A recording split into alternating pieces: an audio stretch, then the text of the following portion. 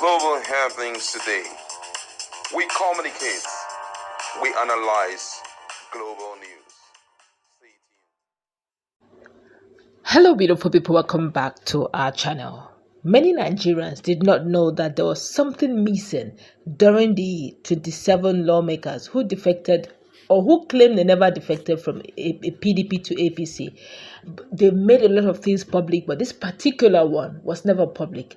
And one of the foremost former member of Rivers State House of Assembly has decided to make it open to Nigerians.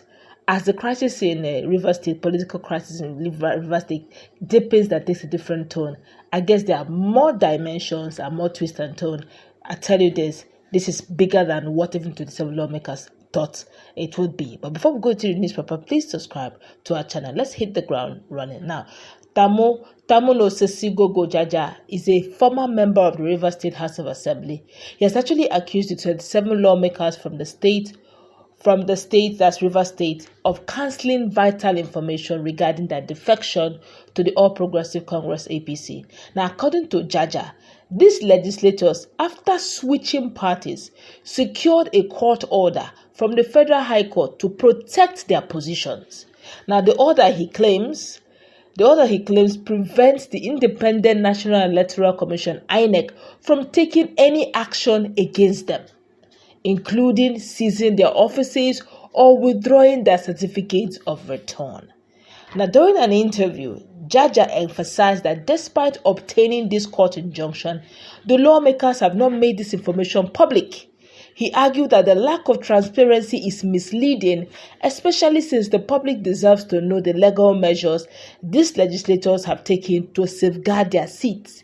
He pointed out that their silence raises questions about their integrity and the validity of their defection.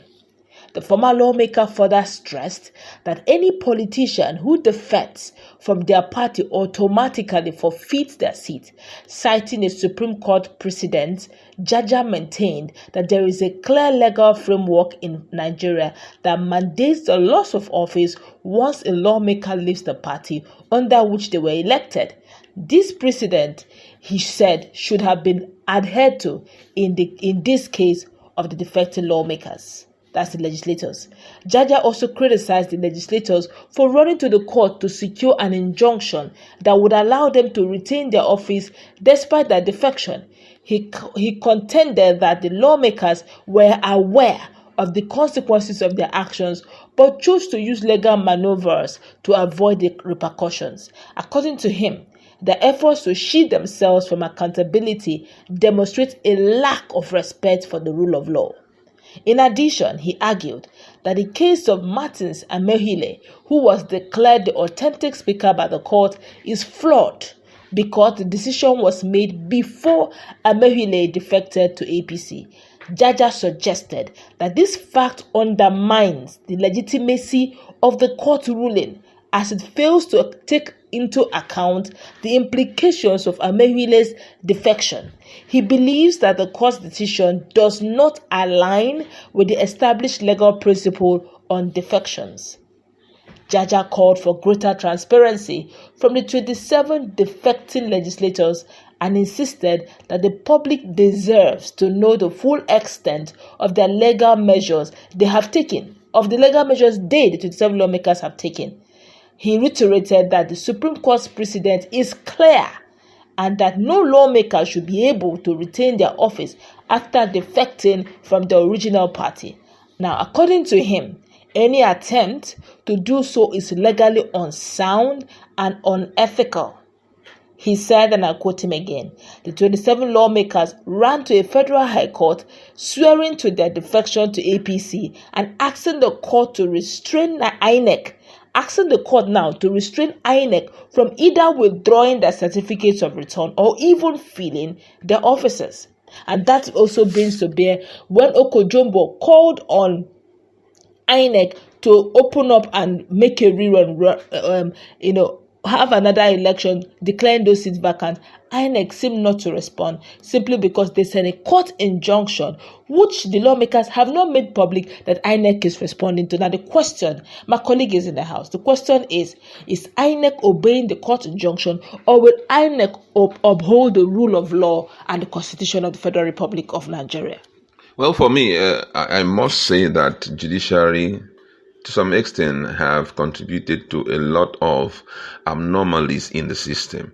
Now, first of all, someone moved from one party to the other and now said that INEC should not be allowed to carry out any form of election for their own replacement. They shouldn't be hoisted out of their position. And certificates of return should not be withdrawn from them. Let me create another scenario. I go and steal, and I run to the court. I say, I've stolen from my neighbor. Please give the police warning that they should not arrest me. Neither should my neighbor take anything that I have stolen from him from me.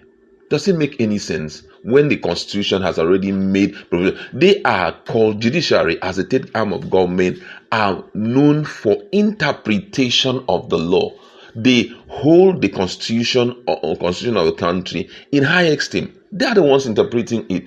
So if someone comes, first of, I believe that, I'm not a lawyer, but I believe they would have gone through, the provision of the Constitution. What does the Constitution say about this particular political step you have taken? It is against the provision of the Constitution. We can't do anything because that particular section, as it has been repeatedly said, is self-executory. You leave the party, immediately you leave the party that brought you into power, automatically you are stripped of the position because you're voted into that because you belong to that political party. One question really. I noticed that particular injunction that reinstated Amaewhule, that is over celebrating and even having so to speak, the effrontery to even declare Oko Jumbo seat vacant and even Edison Ehi's seat vacant, was the fact that judgment was made before his defection. Of course.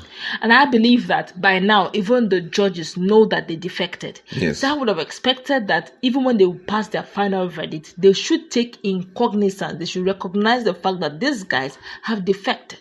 Now, this is what the court is doing. The court, I feel that the court is looking at them as people who are in their position of authority before defection, that dealing with them as pay.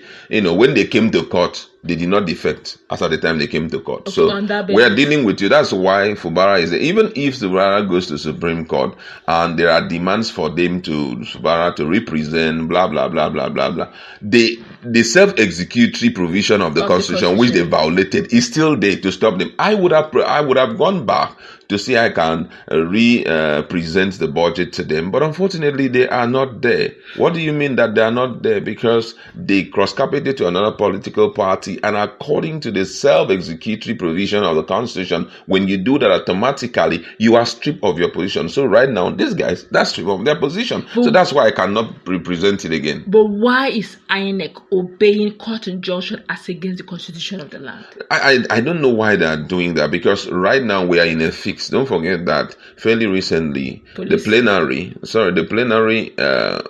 that's Oko Jumbo plenary and Martin Amaewhule's plenary had, I think, almost on the same day, both of them were demanding that, because this one said because Oko Jumbo and the other three have not been around in their own sitting for 152 days, that they are being sent packing, and that INEC should immediately run an election. So we are waiting to see what INEC would do. While on this other part, Oko Jumbo is also saying, based on the provision of the Constitution, these guys have been and have defected. They are no more part of the system. They are ex-lawmakers. Please, the next 90 days, want to see you guys do. So we're waiting to see what INEC will do. But I still believe that Fubara's government is standing on the fact that this guy is decamped. And as long as the court is going against that, he's not going to change his position. You understand? He's not changing his position. He's standing by it. And for him, that is the ideal way to go, because no matter the court provision, no matter the court judgment, it cannot be higher than what the Constitution rules, because the Constitution seems to be the one that, overrule every other thing. All right, let's go wrap it up. Let's meet in our comment section.